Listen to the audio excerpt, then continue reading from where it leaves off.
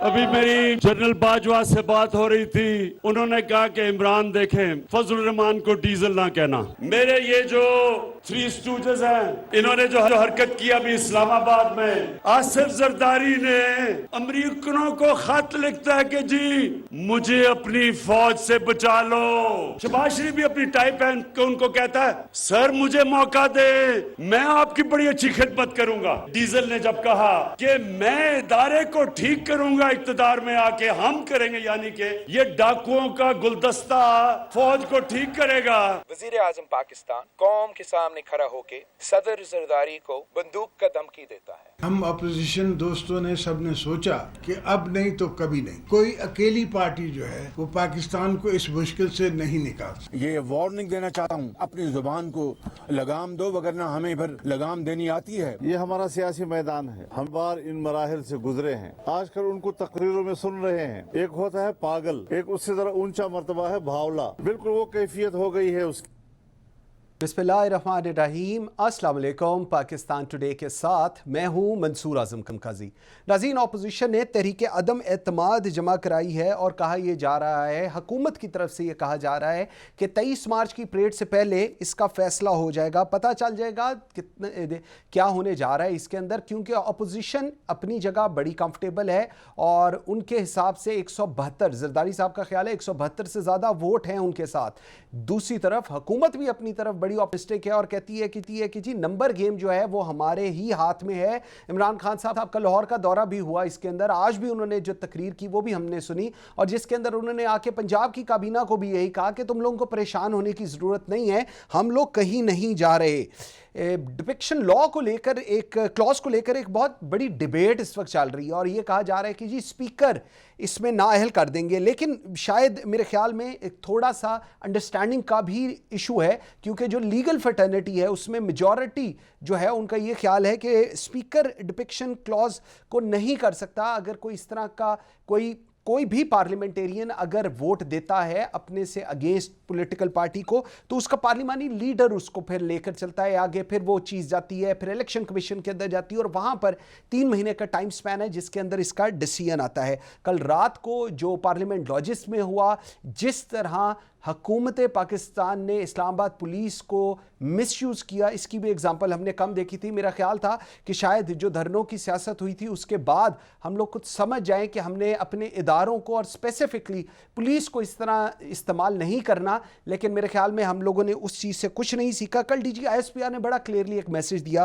उन्होंने कहा कि फ़ौज का सियासत से कोई ताल्लुक़ नहीं, इस बारे में कोई क्यास आराई ना की जाए। और आज मैं बड़ा हैरान हुआ जब प्राइम मिनिस्टर इमरान खान ने कहा कि जनरल बाजवा की कॉल आई है और उन्होंने कहा कि मौलाना फजलुर रहमान को डीजल ना कहें। सो इसका मतलब ये है कि ये जो लैंग्वेज इस्तेमाल हो रही है ये अक्रॉस द बोर्ड, चाहे वो हुकूमत कर रही है चाहे अपोजिशन कर रही है, कहीं पर एंडोर्स नहीं हो रही। और अगर ये तरीक़ेकार है सियासत का, तो मेरे ख्याल में इस पे हमें दोबारा सोचना पड़ेगा कि सियासत किस तरह चलनी है। प्रोग्राम के फर्स्ट सेगमेंट पे इस पर बात करेंगे। आई एम वेरी ग्रेटफुल, मुझे ज्वाइन किया है अली गौहर बलोच ने, रुकन कौमी पाकिस्तान मुस्लिम लीग नून को रिप्रेजेंट कर रहे हैं, और मेरे साथ हैं लालचंद साहब, आप रुकन कौमी असम्बली पाकिस्तान तहरीक इंसाफ को रिप्रेजेंट कर रहे हैं। लालचंद भाई, आपसे बात का आगाज़ करता हूँ। सबसे पहले मुझे बताएं, कल रात को ये जो पार्लियामेंट लॉजेस में हुआ, JUIF के लोग थे अंसारुल इस्लाम जिनको गिरफ्तार किया गया, सैनेटर्स, MNAs, उनके साथ धक्कम पहल हुई, क्या ज़रूरत थी पुलिस को इस तरह एब्यूज़ करने की जिस तरह कल रात को किया गया है? अजी भाई, कोई एब्यूज नहीं था। मैं टोटली इस कॉन्सेप्ट को मैं रद्द कर प्राइवेट मिलिशियाज, प्राइवेट फोर्सेस बनाने की इजाजत नहीं देता। और कल जो ये मिलिशिया आई, कल कोई मजहबी जमात का एक ग्रोह जो है वो यहाँ पे लग गया, यहाँ पे दहशत फैलाने की कोशिश की गई। तो ये तमाम जरूरी था कि पुलिस उस पर एक्शन ले और पुलिस उस पर एक्शन लिया। जब पुलिस ने एक्शन लिया तो पार्लियामेंट्रियंस को से बिहेव करना चाहिए था, उनको पुलिस के हवाले कर देना चाहिए था, लेकिन उन्होंने इसकी police sprung into the action किया, उनको गिरफ्तार किया। ये पार्लियामेंट लॉजिक है। यहाँ पे बहुत सारे MNAs, सेनेटर्स जो है अपनी के साथ रहते हैं और वहां पे उनके बच्चे भी होते हैं, तो इस तरह में लोग बुलाकर एक दहशत फैलाने की कोशिश की गई। ये सब इंडिकेट करता है कि जो है अपोजिशन वो नंबर पूरे नहीं कर पा रही है, वो इस तरह की चीजें करके को जो फेस सेविंग करना चाहती है। कल जो कुछ भी हुआ वो अपोजिशन ने किया है, इसमें गवर्नमेंट का कोई रोल नहीं था और अपोजिशन की हरकत नहीं करना चाहिए। ठीक, अली गौर बलोच साहब आपकी तरफ मैं आता हूँ, उतनी देर में ज़रा लालचंद साहब कीजिए, आवाज़ भी चेक कीजिएगा, थोड़ी आवाज़ कट रही थी। अली भाई मुझे एक चीज़ बताएं, आप तो खुद रात को वहाँ पर थे, कल रात को हुआ क्या है? और ये जो अब इंटीरियर मिनिस्टर का ये दावा है कि जी मलेशिया आ गई थी, ये क्या था? क्या ये वाकई मलेशिया थे? इनके पास असला था, डंडे थे, और अगर इनके पास ऐसी चीज़ें थी तो इनको पार्लियामेंट लॉजेस के अंदर क्यों आने दिया? आप क्योंकि खुद वहाँ पर थे, मुझे ज़रा बताइएगा कल क्या हुआ वहाँ पर। बिस्मिल्लाहिर्रहमानिर्रहीम। देखें, मंसूर सूरत ये है कि जिस तरह से जब से ये तहरीके अदम एतमाद आई है और इमरान अहमद न्याजी जो है वो बुखलाहट का शिकार है, और इस बुखलाहट में आपने देखा है कि वो कोई भी जलसा करते हैं तो उसमें बदजुबानी करते हैं, ऑपोजिशन के लीडरान को गालियां देते हैं, ऑलमोस्ट उनके नामों को उल्टा लेके भुगाते हैं। आज भी वो कंटेनर पर खड़े होकर वही तबलीग कर रहे हैं जो उन्होंने ऑपोजिशन में होते हुए कंटेनर पे चढ़ के उसी मोड में आज भी वही उनकी गालियां, भी वही गुफ्तगू, आज भी वही बातें। देखिए, जो कल सूरत हाल ये थी कि उधर कोई 5 के करीब गार्ड थे जो गैर मुसल्ला थे, और वो एक मतलब है कि एक वो तंजीम जो कि उनकी रजिस्टर्ड तंजीम है उसके बंदे थे, और वो पार्क के एक कॉर्नर में बैठे हुए थे, जिस पर कि कल इनकी पुलिस ने धावा बोला। सबसे पहले जो उनके पुलिस ऑफिशियल जो डीआईजी थे और एसपी थे, वो 3-4 लोग, मैं मगरिब की नमाज पढ़ के निकला हूँ तो वो सामने खड़े थे। मैंने उनसे पूछा कि भाई आप किसकी परमिशन से अंदर दाखिल हुए हैं? जब तक आप स्पीकर से इजाजत ना लें, आप किसी लॉज के अंदर, आप इस प्रेमिसेस के अंदर, इधर 500 लोगों की रिहाइश गाहें हैं, लोगों की फैमिलीज इधर रहती हैं, आप पुलिस वाले एंटर हुए हैं, आप क्यों इधर ये मतलब है कि हैरेसमेंट फैला रहे हैं और ये आप क्या करना चाहते हैं? उन्होंने कहा जी कि हम ये बंदों को, मैंने कहा कि अगर वो बंदे कोई रिकॉर्डेड बंदे हैं या आपके पास कोई सबूत है, कोई वारंट है, कोई चीज है तो हमें दिखा दें। हम आपको वो बंदे, अगर जो आपको रिकॉर्ड बंदे हैं, अगर उनमें से कोई रिकॉर्ड बंदा है जिसका कोई क्रिमिनल रिकॉर्ड है, वो हमें बता दे। कोई इस किस्म का बंदा अंदर हुआ तो हम वो गेट पर आपको ला कर दे देते हैं। लेकिन चूंकि वो गुंडागर्दी करने आए थे, उन्होंने एक ना मानी और वो ट्रकों पर पुलिस की नफरी लेकर आए थे, जिसमें से कि उनके साथ लेडीज स्टाफ भी नहीं था। पूरे पाकिस्तान की मीडिया ने ये तमाशा देखा कि वो लोग मतलब है कि वो दरवाजे तोड़ के अंदर दाखिल हुए, हम उनको रोकते रह गए, और उनके साथ वो मतलब है कि लेडीज पुलिस कांस्टेबल्स भी नहीं थे। और उन्होंने जिस तरीके के साथ उधर आपने देखा कि साद रफीक साहब उधर जख्मी हो गए, फिर जिस तरह से उन्होंने धक्कम पेल की, और फिर उसके बाद उन अगर 5 बंदों को वो लेकर गए तो मुझे ये बताएं कि जब वो ले गए, अगर उनका क्रिमिनल रिकॉर्ड था तो फिर उन्होंने उनको छोड़ा क्यों? फिर उनके पास को असला था तो बताते ना, कोई असला निकले तो वो बताएं, मीडिया पर लेकर आते। मकसद सिर्फ ये था कि वो एक चूंकि तहरीके अदम एतमाद आई हुई है, वो अब इनकी डूबती हुई कश्ती से इनके अपने जो मेंबरान हैं वो मतलब है कि वो छलांगे लगा रहे हैं। तो ये एक ऑपोजिशन के अरकान को एक किस्म का डराना धमकाना चाह रहे थे कि हम इस तरह से पुलिस गर्दी भी कर सकते हैं, हम इस तरह से गुंडागर्दी भी कर सकते हैं। वो एक रात को जो सीन था वो तो एक गुंडागर्दी का सीन था, वो एक दहशत गर्दी का सीन था, जो कि इन्होंने मतलब है कि इधर आकर पूरे 500 के करीब फैमिलीज को हरासा किया। और अली भाई पॉइंट आ गया आपका, ठीक हो गया, वो पूरे ठीक हो गया। लालचंद साहब मुझे जरा एक चीज सर बताइएगा, हम लोगों ने देखा और आप लोग सबसे ज्यादा इस चीज के दायी थे कि हम लोग पुलिस को अब्यूज नहीं करेंगे, पुलिस की ताकत को अब्यूज नहीं करेंगे, और with all the difference with the Islamabad police and the administration, जो ऑर्डर्स आप लोगों ने दिए आईजी इस्लामाबाद को, उसके ऊपर मुकम्मल तौर पर कंप्लायंस की गई। और उसके बाद मैं देख रहा था सुबह कुछ लोग भी उन्होंने सस्पेंड कर दिए कि जी ये तो खैर वो माड़ों को हमेशा ही सस्पेंड किया जाता है, ये एक बदकिस्मती रही है हमारे निज़ाम की। लेकिन सर अगर ऐसे लोग आए थे तो सर आजकल तो हर MNAs, MPAs इन सारों के साथ उनके गार्ड्स फिर रहे होते हैं, तो अगर उनके साथ कोई ऐसे अनआर्म्ड बंदे थे जिनकी तरफ से कोई ऐसा थ्रेट अलर्ट नहीं था, तो फिर ये सारा ऑपरेशन करने की क्या जरूरत हुई? और उसके बाद आज सुबह इन तमाम को छोड़ भी दिया गया। सो बुरी at the end of the day Islamabad police बनी इस सारे सिनेरियो में। काई साहब देखिए, एक तो जो JUI के हैं फजल रहमान साहब, उन्होंने कहा था कि हमने डंडे जो है तेल में भिगोए हुए हैं और हम रेजिस्टेंस करेंगे। उसके बाद हमने देखा गार्ड होना कोई बात नहीं है, मिनिस्टर्स अपने गार्ड्स रखते हैं, लेकिन प्राइवेट मिलिशिया, प्राइवेट कोई सिक्योरिटी, प्राइवेट फोर्स ना कानूनी आईनी तौर पे इस्तेमाल करना गलत है। ये कल जो लोग आए थे यूनिफॉर्म थे और हमने नहीं, ये आपके मीडिया ने इसको हाईलाइट किया, पूरी दुनिया ने देखा कि ये क्या हो रहा है इस मुल्क में। इस तरह की मजहबी जमायतों के लोग जो है, उनके विंग्स जो है इस तरह आके डी लोग पे अपना बसेरा कर रहे हैं, तो वो बेसिकली हैरेसमेंट वो फैला रहे थे। और फिर जब वो लॉजेस में आए तो गवर्नमेंट ने उस पर एक्शन लिया और उनको गिरफ्तार किया। फिर उन्होंने शोर मचाया कि 2 MNA को गिरफ्तार किया गया है, हालांकि MNA जबरदस्ती गए थे और पाकिस्तान और इस्लामाबाद से उनको गिरफ्तार नहीं किया था। आज सुबह जब उन्होंने माफी मांगी और एफिडेविट दिया और उनकी जमानत गई तो उनको रिलीज कर दिया गया। ये हुकूमत बिल्कुल नहीं चाहती कि मामला को खराब किया जाए, मनामात को खराब किया जाए, कोई टेंशन पैदा किया जाए। इसी वजह से उन्होंने दहशतगर्दी के या कोई केसेस भी नहीं किए गए। ये इस गवर्नमेंट की गुडविल है अपोजिशन की तरफ, ना सिर्फ ये है, लेकिन हमारे मिनिस्टर ने इनको ऑफर कर दी है, अगर आपको लगता है कि आपको कोई खतरा है तो आपके लिए रेंजर्स और APC भी की जा सकती है।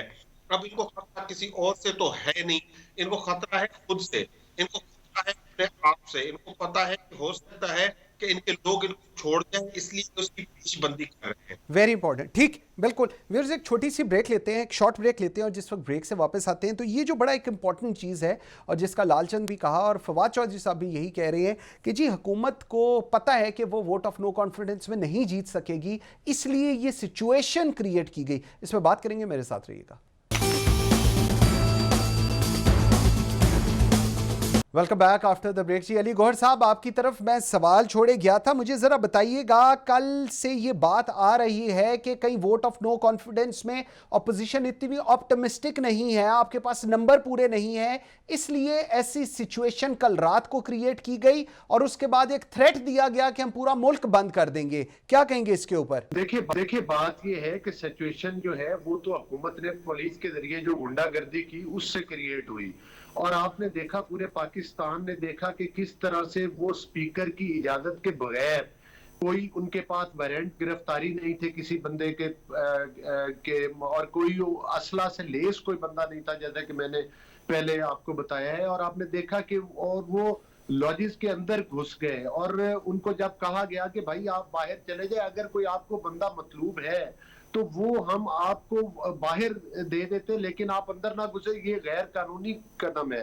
फिर आज एक हमारी मीटिंग थी स्पीकर साहब के पास, मैंने उधर भी अपना एहतजाज नोट करवाया और उन्होंने कहा कि मैं इस पर इंक्वायरी करूंगा, और उन्होंने तस्लीम किया कि वाकई ये पुलिस जो है ये स्पीकर की इजाजत के बगैर, आपको पता है कि वो लॉजिस के अंदर इस तरह से गुंडागर्दी आके नहीं कर सकती, वहां पर इतनी फैमिलीज रहती हैं।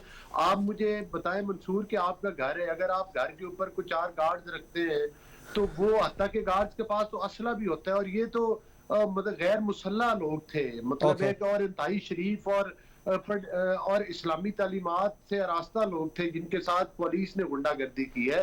तो मैं समझता हूँ कि ये हुकूमत की बौखलाहट का नतीजा है, ये वही बौखलाहट है जो इमरान अहमद न्याजी साहब को आई है। जब से तरीके में एतमाद आई, आपने देखा है कि उनकी जुबान से और उनकी ज़हनी कैफियत जिस तरह की हो गई है, वो गालम गलूच के। अली भाई, ये जो ज़बान की बात आपने की है, मुझे ज़रा आपसे ही मुझे सवाल है, ये आज प्राइम मिनिस्टर इमरान खान जब बात कर रहे थे तो उन्होंने स्पीच का आगाज़ इस चीज़ से किया कि आर्मी चीफ ने मुझे कहा है कि फजलुर रहमान को मत कहो वो, और उसके बाद भी सर ये जबान का लेकर हम क्या मैसेज दे रहे हैं? ऑपोजिशन की तरफ से भी हम देखते हैं बहुत सख्त जुमले बोले जाते हैं, फिर हमने देखा कि बड़ी अब्यूसिव जबान अब इस्तेमाल हो गई है और कई लोग डिबेट कर रहे हैं कि जी यही वो लैंग्वेज है जिसको पसंद किया जाता है और इसीलिए तो सारी चीजें ठीक हो रही होती हैं। Do you agree on that? देखिए मंसूर, बात ये है कि वज़ीर आज़म जब से तरीके में एतमाद आई है तो वो बौखलाहट और झुंझलाहट का शिकार है। वो उनकी मतलब है कि लगता है कोई नफसियाती मसाइल उनके शुरू हो गए हैं और इसी में ही वो गालम गलूज करते हैं। मुझे बात ये समझ नहीं आती कि जब हम एहतसाब की एक तरफ बात करते हैं, दूसरी तरफ जो आपने अरबों रुपए की चीनी चोरी की इमरान न्याजी और उसके हवारियों ने, जो अरबों रुपए का आटा चोरी किया, जो आपने अद्वियात में से कमीशन खाए, उनकी तो इमरान अहमद न्याजी बात नहीं करते। जो कोरोना का फंड खा गए और एडिटर जनरल ऑफ पाकिस्तान ने जिनके ऊपर ऑडिट पैरास बनाए, उन पर भी बात नहीं करते। तो मकसद ये है कि अगर वो ऑपोजिशन को क्रिटिसाइज करते हैं, झूठे या सच्चे जो भी केसेस हैं, हम तो अदालतों में फेस कर रहे हैं, हम अदालतों के आगे अपीयर हुए हैं। और जब अदालतों, वो इनके किधर गए जो एहतसाब के इन्होंने एडवाइजर बनाए हुए थे? ब्रॉडशीट केस में पता चला कि जनाब वो अरबों रुपए के कमीशन खाकर वो भी रफू चक्कर हो गए। अब जब नैब के सामने केस जाते हैं, टीवी पर मीडिया ट्रायल किया जाता है, अरबों रुपए बचाए जाते हैं। जब आप अदालतों में जाते हैं तो आगे ना तो वो कोई जुर्म साबित होता है और वो अरबों जो है वो लाखों भी नहीं साबित कर पाते। पॉइंट आ गया जी। मकसद ये है कि एक तरफ हुकूमत जो है, एक तरफ ये आरटीएस सिस्टम की पैदावार हुकूमत पाकिस्तान के खजाने को दोनों हाथों से लूट रही है, दूसरी तरफ इन्होंने पाकिस्तान महंगाई के जरिए पाकिस्तान के अवाम का जीना अजीरन कर दिया है और फिर ये मतलब है कि बदजुबानी भी करते हैं। तो अब तहरीके अदम-ए-एतमाद तो इंशाअल्लाह ताला कामयाब होगी। और इस पे मुझे जरा लालचंद साहब का भी व्यू लेने दीजिएगा। लालचंद भाई मुझे जरा बताइएगा, ये जो नंबर गेम का इशू है, आज कल प्राइम मिनिस्टर लाहौर आए थे, चीफ मिनिस्टर पंजाब को लेकर बड़ी स्ट्रॉन्ग ये चीज़ है कि वो चेंज हो रहे हैं। आज काफ लीग के साथ सुबह एक डिस्कशन हुई जिसके बाद ये कहा गया कि वोट ऑफ नो कॉन्फिडेंस के बाद बदला जाएगा, लेकिन उसके बाद अब दोबारा ये, जिसके ऊपर फिर काफ लीग खुद पीछे हो गई। उन्होंने कहा जी ऐसे नहीं, हम लोगों ने बातचीत करनी फिर आप लोगों के साथ। फिर फवाद चौधरी साहब वहां पर गए हैं। सर पंजाब को लेकर क्या सिचुएशन है? उस्मान बुज़दार साहब चलेंगे एज ए वजीर आला या नहीं चलेंगे? कैसा, पहले मैं अदम एतमाद पे एक मिनट बात कर लूं। कि बौखलाहट का शिकार जो अपोजिशन है वो इस बात से आप अंदाजा लगा सकते हैं कि आज इन्होंने जो प्रेस कॉन्फ्रेंस की है अपोजिशन ने, उन्होंने कहा है कि अगर अदम एतमाद की जंग में वो नाकाम गए तो ये जंग जो है वो गली कूचों तक ले जाएंगे और फिर ये ना कहना कि कोई और आ गया, ये आ गया। इस तरह की इन्होंने धमकियां देना शुरू की हैं। आज जो जबान इन्होंने इस्तेमाल की है, खास तौर पे देखें, जो पॉलिटिक्स में खवातीन ना हो, बापर्दा खवातीन हो, उनके खिलाफ जबान इस्तेमाल करना कौन सी अखलाकियात है? अलीमा खान पॉलिटिक्स में नहीं है, लेकिन अगर है वो प्राइम मिनिस्टर की बहन है तो उन्होंने अपना सारा हर रसीद उन्होंने पेश की है और एफबीआर में उन्होंने पेश कर चुकी है। ठीक है। इसी तरह कल देखें बिलावल भुट्टो साहब ने प्राइम मिनिस्टर की एहलिया और खातून अव्वल पर जुमलेबाजी की, जुमले कसे और इल्जामात लगाए। और बिलावल भुट्टो साहब जो है वो बेनज़ीर के बेटे हैं, उनसे ऐसी उम्मीद नहीं की जा सकती कि वो इस तरह के इल्जामात एक घरेलू खातून पे लगाएं। ये जबान की बात करते हैं, हम कहते हैं कि नवाज शरीफ ना अहल है, तो ये हम नहीं कहते, ये सुप्रीम कोर्ट ने डिक्लेयर किया हुआ है। कहते हैं चोर है तो ये हम नहीं कहते, ये अकाउंटेबिलिटी कोर्ट से सजा याफ्ता है। हम कहते हैं भगोड़े हैं तो ये हम नहीं कहते कि वो भाग के गए हुए हैं, इसलिए दुनिया को पता है। हम कहते हैं बुज़दिल है, वो इसलिए कहते हैं कि वो वापस नहीं आ रहे, पाकिस्तान की आवाम के साथ खड़े नहीं हैं, पाकिस्तान के कानून और आइन के साथ खड़े नहीं हैं। अब आ जाए आप पंजाब पे। देखिए ये एक पॉलिटिकल प्रोसेस है जो चल रहा है, हर किसी को हक है कि वो अपनी अपनी बात कहे और बात सुनाए, लेकिन पाकिस्तान तहरीक इंसाफ का ये फैसला है कि पंजाब में कोई भी जो है किसी भी ब्लैकमेलिंग में किसी भी सूरत में नहीं आया जा सकता और वहां के चीफ मिनिस्टर तब तक रहेंगे जब तक उनको वजीर आज़म का एतमाद है। जब तक वजीर आज़म का एतमाद है तो बुज़दार साहब को कोई नहीं हटा सकता। हाँ, बाकी बातचीत होती है, बातें मुख्तलिफ तरीकों से हो रही हैं, उनसे किसी को आप देखें जो चौधरी शुजात साहब हैं उनके पास मौलाना फजल रहमान बार बार जा रहे हैं, उनके पास शहबाज शरीफ बार बार जा रहे हैं, उनके पास जरदारी साहब बार बार जा रहे हैं, लेकिन उन्होंने एक दफा भी ये नहीं कहा कि हम हुकूमत के साथ नहीं खड़े। लेकिन वो तो लालचंद भाई प्राइम मिनिस्टर इमरान खान भी गए हैं, तो उसके बाद भी उन्होंने नहीं कहा कि हम लोग आपके साथ खड़े हैं। वो तो आज कहानी थोड़ी सी चेंज हुई है कि जी हम लोग, आप लोगों ने वादे किए थे, अब आप लोग अगर हमें नहीं बनाएंगे तो हम लोग नहीं खड़े होंगे आपके साथ। अब तो सिचुएशन ये हो गई है। काजी साहब, मैंने कहा ना ये सियासी प्रोसेस है। उन्होंने अभी नहीं, वो जब ज्वाइंट सेशन हुआ था तब भी कहा था, जब वोट ऑफ कॉन्फिडेंस हुआ था तब भी कहा था, जब हमने ईवीएम्स का बिल पास कराया था तब भी इस तरह की बातें थी, लेकिन अल्टीमेटली उन्होंने इमरान खान का साथ दिया था। इस दफा भी एमक्यूएम हो, बीएपी हो, चाहे क्यू लीग हो, वो इमरान खान के साथ खड़े होंगे, क्योंकि इमरान खान खुद के लिए नहीं, पाकिस्तान और पाकिस्तान की आवाम के लिए खड़े हुए हैं। और डाकू टोला है उनके साथ अगर ये खड़े होंगे तो कल अवाम इनसे पूछेगी। बिल्कुल ठीक है। अली भाई, आज एक चीज मैं जरूर कहूंगा अपने प्रोग्राम में, आप यकीन करें, एक होते हैं ऑपोजिशन, एक होती है नफरत। एक नफरत से भी कोई नेक्स्ट लेवल है जो मेरी एटलीस्ट डिक्शनरी में नहीं है, जो इमरान खान साहब के दिल में नवाज शरीफ, शहबाज शरीफ, बिलावल, आसिफ अली जरदारी साहब, मौलाना, आप लोगों को लेकर है, और वो उसका बरमला इजहार भी करते हैं। चीफ ऑफ आर्मी स्टाफ अगर वो एक चीज से उनको मना कर रहे हैं और उसके बावजूद भी वो कर रहे हैं, तो आप सोचें कि उनके अंदर कितना गुस्सा है आप लोगों को लेकर। तहरीके अदम एतमाद अगर पास ना हुई तो उसके बाद उन्होंने खुद बता दिया वो क्या करेंगे आप लोगों के साथ। क्या कहेंगे इसके ऊपर? कि उनकी गिदड़ भभकियों से हम डरने वाले नहीं। ये बातें तो हम जब से वो कंटेनर पे खड़े होते तब से भी करते थे, मैं ये कर दूंगा वो कर दूंगा। देखिए, बात ये है कि इमरान खान साहब हमारा बाल भी अल्हम्दुलिल्लाह बीका नहीं कर सकते अल्लाह के फजल करम के साथ और हमारी लीडरशिप का। दूसरी बात ये है कि अब देखें ना, अगर एक पागल आदमी चौक में खड़े होकर गालियां देता है तो आप उसकी बातों को संजीदगी से तो नहीं ले सकते। सूरत हाल ये है, मैंने बता दिया आपको कि पाकिस्तान की 72 साल तारीख में पाकिस्तान की मईशत की वो तबाही नहीं हुई जो अब इस बंदे ने आकर इक़्तिदार में की।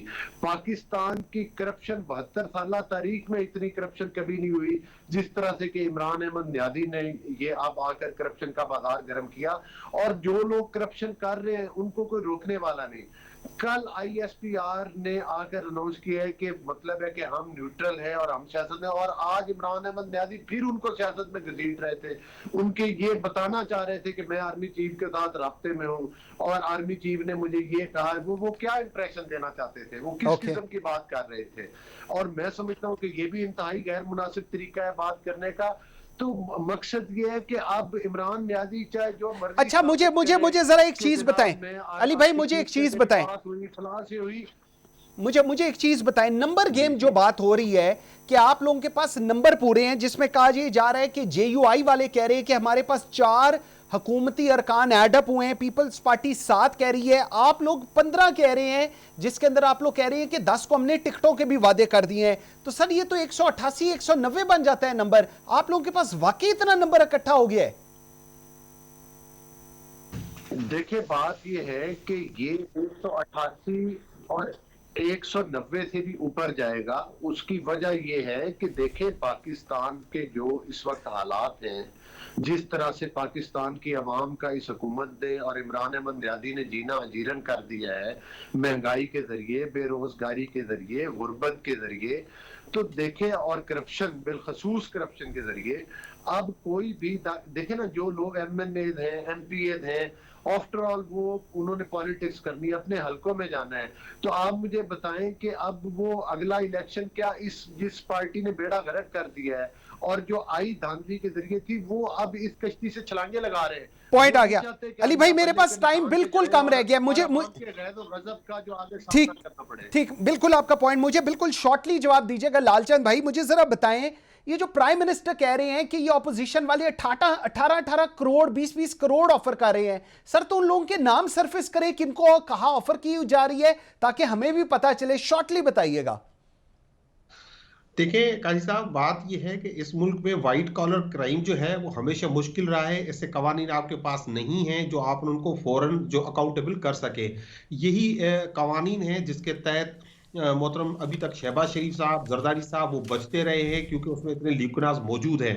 पाकिस्तान तहरीक इंसाफ की हुकूमत को 2/3 मेजॉरिटी नहीं मिली थी, वो इत्तेहादियों के साथ ही हुकूमत कर रही है और कोशिश कर रही है कि रिफॉर्म्स ले आए और अपने रिफॉर्म्स को इम्प्लीमेंट करे ताकि इन चीज़ों को पकड़ा जा सके। आपने देखा रिसेंटली पीका लॉज पे बहुत बड़ा एतराज़ हुआ। उस पर एतराज़ है क्या? उस पर एतराज़ उसमें हम चाहते क्या थे? उसमें ये चाहते थे कि अगर कोई गलत बयानी करे, गलत झूठा कोई इल्ज़ाम लगाए, फेक न्यूज दे, तो उसके खिलाफ कार्रवाई हो। तो कार्रवाई हो जाए, बिल्कुल ठीक है। लालचंद भाई, आई एम सॉरी, मेरे पास टाइम जी बिल्कुल आउट हो गया। लालचंद साहब thank you very much, Ali Gauhar Baloch साहब thank you very much. Break लेते हैं और जिस वक्त हम ब्रेक से वापस आते हैं तो मेरे साथ कमर जमान कायरा होंगे और पाकिस्तान पीपल्स पार्टी की सियासत क्या हो रही है, आसिफ अली जरदारी साहब क्या सोच रहे हैं, इस पर बात करेंगे। मेरे साथ रहिएगा।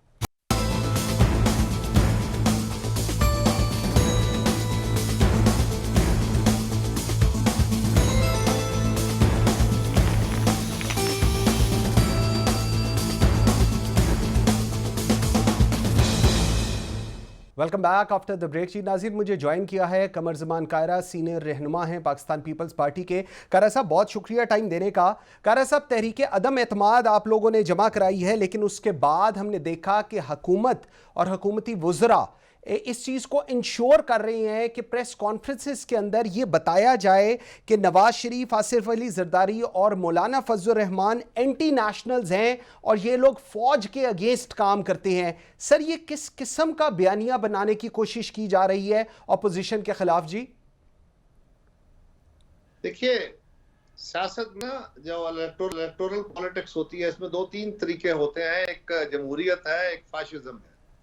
फाशिज्म भी इलेक्शन के जरिए ही आता है, वो ताकत के जरिए नहीं आता, लेकिन फिर अल्टीमेट अपनी शक्ल दिखाता है और उसमें 2-3 उसके मखसूस उसके जो अज्जा होते हैं, उसके हथियार होते हैं। उसमें एक होता है कि प्रोपेगेंडा के जरिए इतना ज्यादा गुबार चढ़ा दो कि असल हकायक छुप जाए। दूसरा, अपने मुखालफों को मुल्क दुश्मन साबित कर दो, उनको बुरा तरीन साबित करो।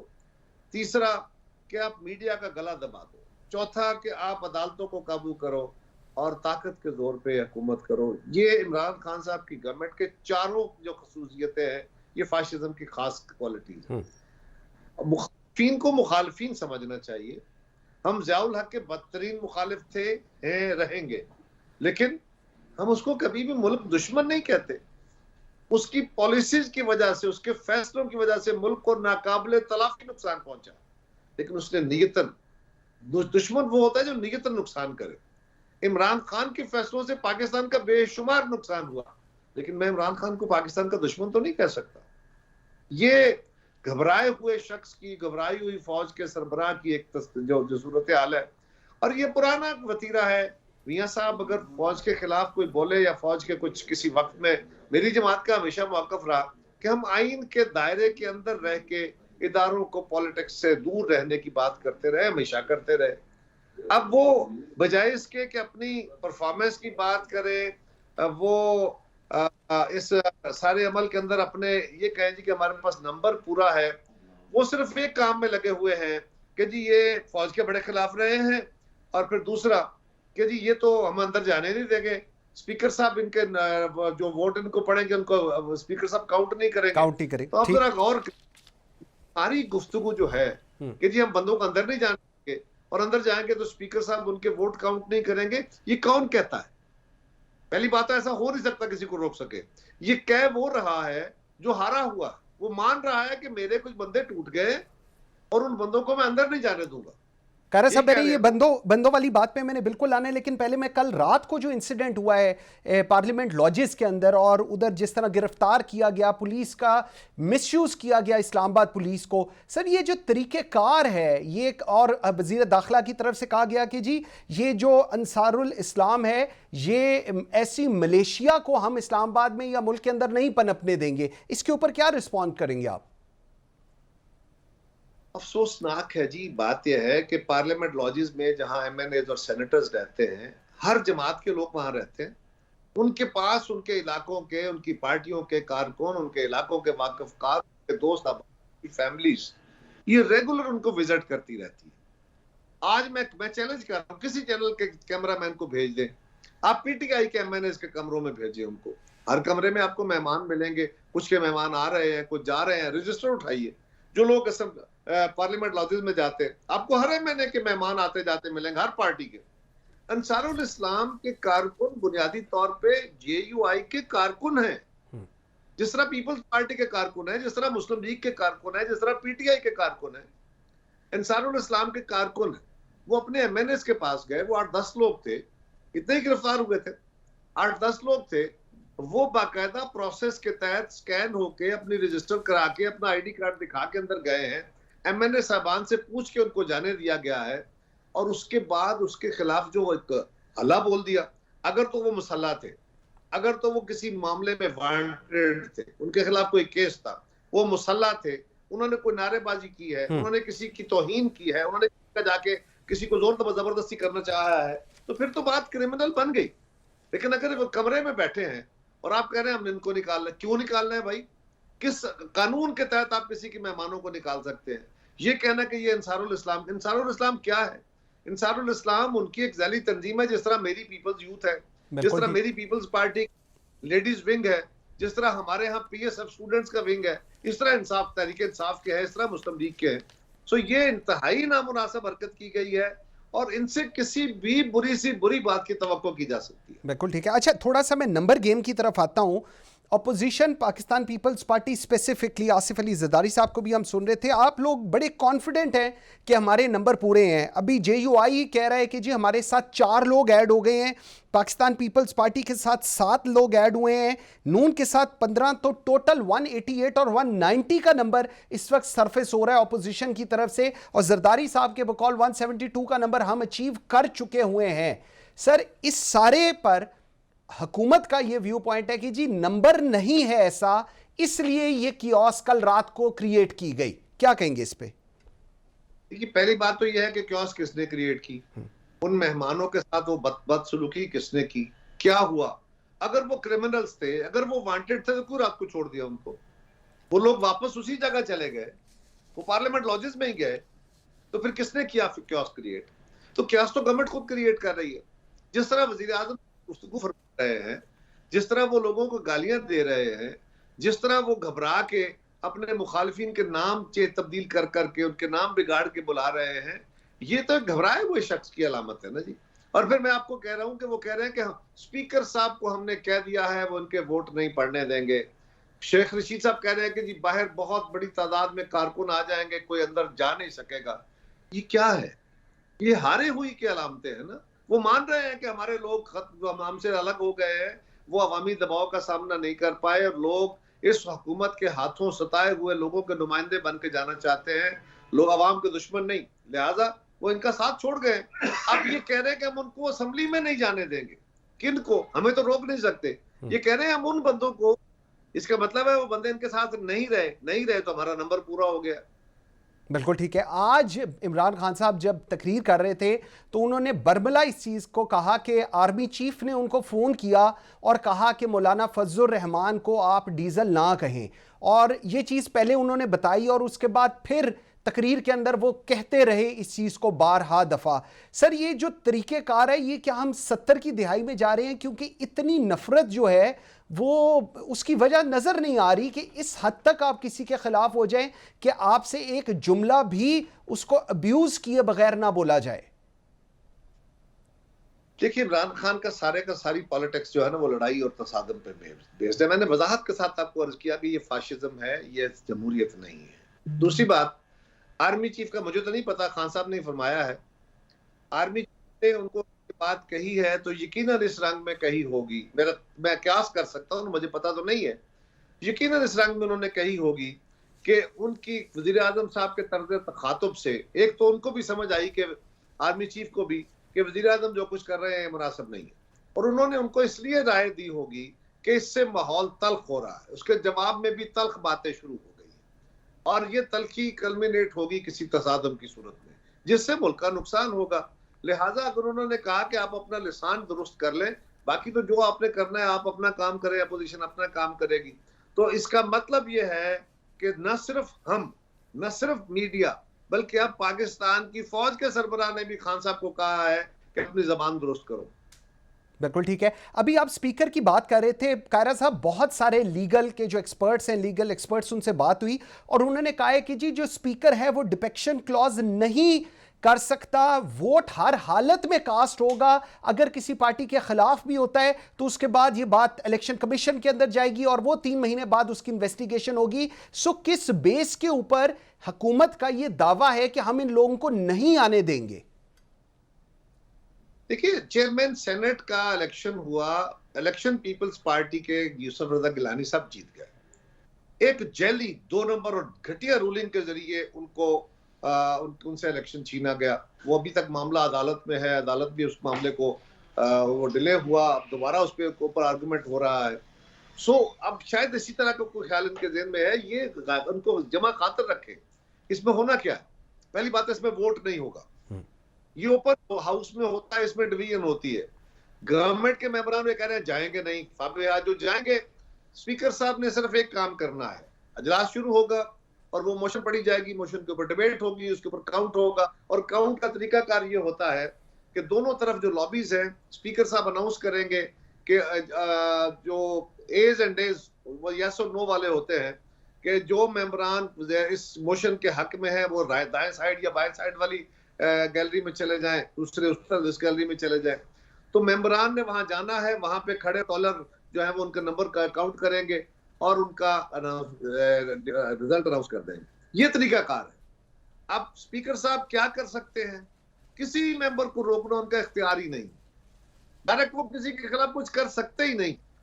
होगा क्या, अगर कोई मेंबर अपनी जमात के खिलाफ वजीर आजम का वोट डालता है, अदम एतमाद का, तो उसके खिलाफ डिफेक्शन क्लास को इन्वोक करता है पार्लिमानी लीडर। पार्लिमानी लीडर इन राइटिंग पहले उस मेंबर को शोकाज देगा, वो मेंबर उसको रिप्लाई करेगा, वो मेंबर के रिप्लाई के बाद वो मुतमईन नहीं होता तो पार्लिमानी पार्टी का जो सरबराह है वो अपनी रिकमेंडेशन या अपना रेफरेंस भेजता है स्पीकर को।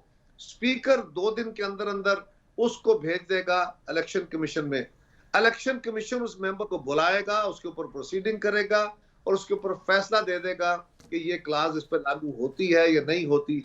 इधर वे वो सुप्रीम कोर्ट में मामला जा सकता है। ये सारा अमल हो सकता है, लेकिन स्पीकर के पास ना कोई इख्तियार है, ना स्पीकर रोक सकता है, ना स्पीकर किसी मेंबर को हाउस में दाखिले से रोक सकता है। ऐसा कुछ हुआ तो याद रखिए हुकूमत खुद तसादम की तरफ जाएगी और तसादम कभी मुल्क के मफाद में नहीं है। बिल्कुल ठीक है। कमर जमान कायरा साहब, थैंक यू वेरी मच जी, I am very grateful for your time. Viewers, बिल्कुल जिस तरह अभी हम लोगों ने ये बात की और इसकी इम्पॉर्टेंट है ये चीज़ को समझना कि वोट ऑफ नो कॉन्फिडेंस लाना जमहूरियत का हुस्न है, अपोजिशन का राइट है, लेकिन ये जिस किस्म की ज़बान चल रही है इससे आप विद ऑल ड्यू रिस्पेक्ट आप इस पूरे निज़ाम को और जमहूरियत पे जिन लोगों का यकीन है वो आप डामाडोल कर रहे हैं, क्योंकि लोगों का एपेटाइट जो है वो शायद अब ये ज़बान बन जाएगी और ये ज़बान क्या हमारे आइंदा आने वाली नस्ल के लिए, आइंदा आने वाले पाकिस्तान के लिए काबिल कबूल होगी, ये सोचने की ज़रूरत है। आज के लिए इतना ही। मुझे मंसूर आज़म काजी को इजाज़त दीजिए। अल्लाह हाफ़िज़।